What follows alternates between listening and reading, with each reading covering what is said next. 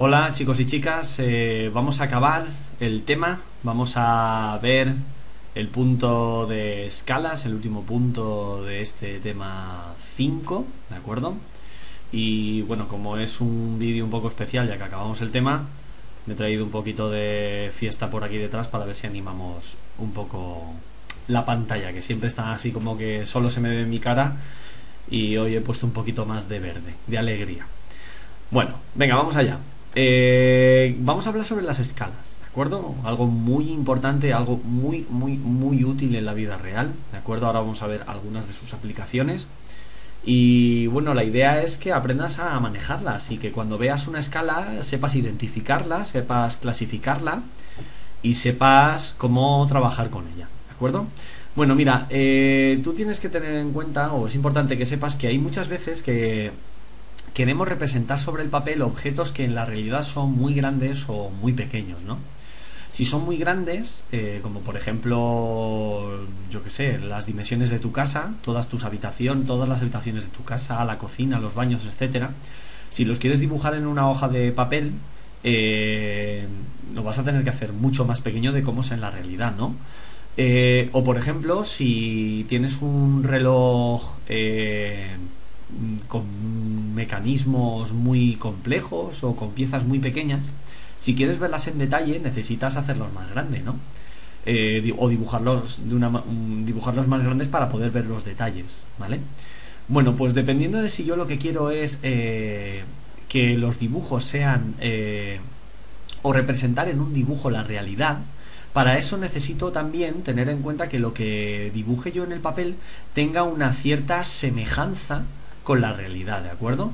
Por lo tanto, lo que vamos a trabajar en este punto, que son las escalas, no son más que una relación de semejanza entre el dibujo y la realidad, ¿de acuerdo?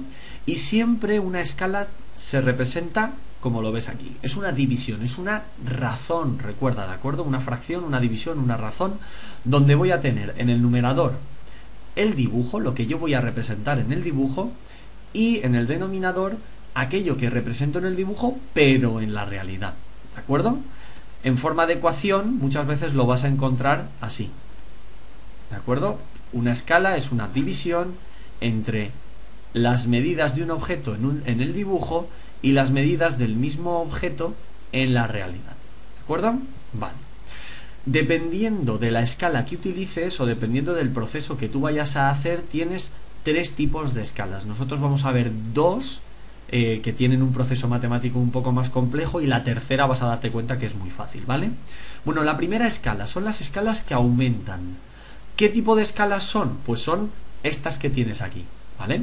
Las escalas que aumentan tienen todas esta forma, fíjate.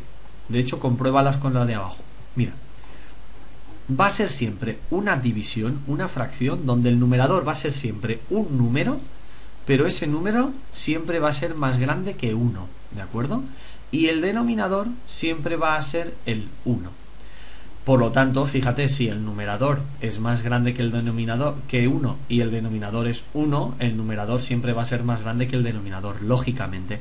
El dibujo, que era el numerador, va a ser más grande que la realidad. Por lo tanto, son escalas que lo que hacen es aumentar. Hay muchos tipos de escalas diferentes, pero aquí tienes algunas. Por ejemplo, la escala 10-1, se lee así, escala 10-1, es una escala que lo que hace es representar 10 unidades del dibujo, es decir, por cada 10 unidades que yo estoy dibujando, corresponden a una unidad de la realidad. Cuando hablamos de unidad de medida. Pueden ser longitud, metros, centímetros, decímetros, milímetros. Pero las escalas en principio no tienen unidades. Las unidades las decido yo en el dibujo.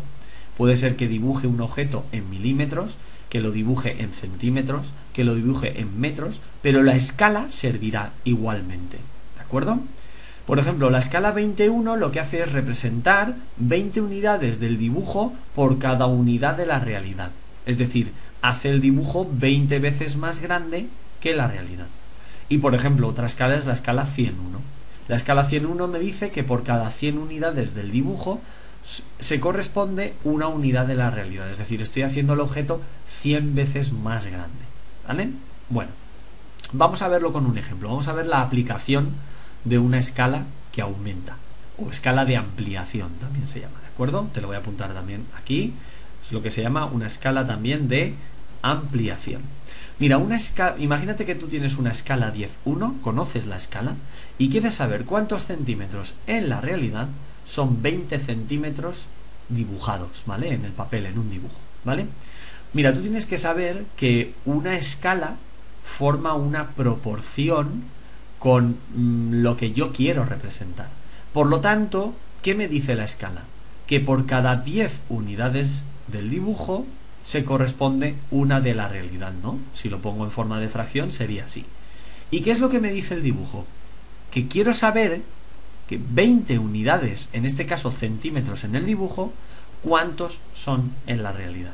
¿Vale? Fíjate que en los antecedentes, en el numerador, estoy poniendo la información en el dibujo, ¿vale? Recuerda. Y en los consecuentes, en el denominador, estoy poniendo la información que yo conozco de la realidad. Por lo tanto, fíjate que aquí lo que tienes es un cuarto proporcional, así que rápidamente podemos sacar la x como 20 por 1 partido por 10. Es decir, que 2 centímetros, ¿no? Y es verdad, si la escala es una escala 10,1, es decir, está haciendo las cosas 10 veces más grande, si yo en el dibujo tengo un objeto que mide 20 centímetros, en la realidad será 10 veces más pequeño, es decir, 2 centímetros. Esto también lo podríamos hacer con una tabla, donde yo pongo el dibujo, pongo la columna realidad y digo, por cada 10 unidades del dibujo, tengo 1 en la realidad, es decir, represento primero la escala, 20 unidades, 20 centímetros en el dibujo serán X, ¿vale? Y multiplico en cruz, ¿vale? Y te va a dar el mismo resultado, ¿de acuerdo? Muy bien. Hay otro segundo tipo de escalas, que son las escalas que reducen, o también conocidas como escalas de reducción. Las escalas de reducción tienen la forma justo contraria que las de ampliación, es decir, que tienen esta forma: 1 dividido por n, donde recuerda que la n es un número más grande que 1. Entonces, fíjate, el denominador va a ser un número más grande que la realidad, es decir, perdón, que el numerador, es decir, el denominador, que es la realidad, va a ser más grande que el dibujo, que siempre va a ser un 1, ¿vale? Por lo tanto, es una escala de reducción, estoy haciendo las cosas más pequeñas. ¿Qué tipos de escalas de reducción tienes? Pues mira, por ejemplo, estas: la escala 1-100 o la escala 1-50.000, ¿vale? ¿Qué dice la escala 1-100? Pues que una unidad del dibujo son 100 unidades de la realidad. Lógicamente estoy cogiendo 100 unidades, por ejemplo 100 centímetros de la realidad, y las estoy convirtiendo en 1 centímetro en el dibujo, ¿de acuerdo? Es decir, lo estoy haciendo 100 veces más pequeño. O la escala 1-50.000. Estoy cogiendo una unidad del dibujo que son 50.000 unidades de la realidad, ¿vale? Por ejemplo, este tipo de escalas con números tan grandes en el denominador se utilizan mucho en los planos, ¿vale? Si alguno de vosotros sube al coche al de sus padres en los próximos días y tenéis un mapa de carreteras, fijaos, porque normalmente en la portada del plano del mapa de carreteras pone la escala que están utilizando para dibujar o para hacer ese plano de carreteras que están vendiendo y que tú tienes en tus manos, ¿de acuerdo? Muy bien.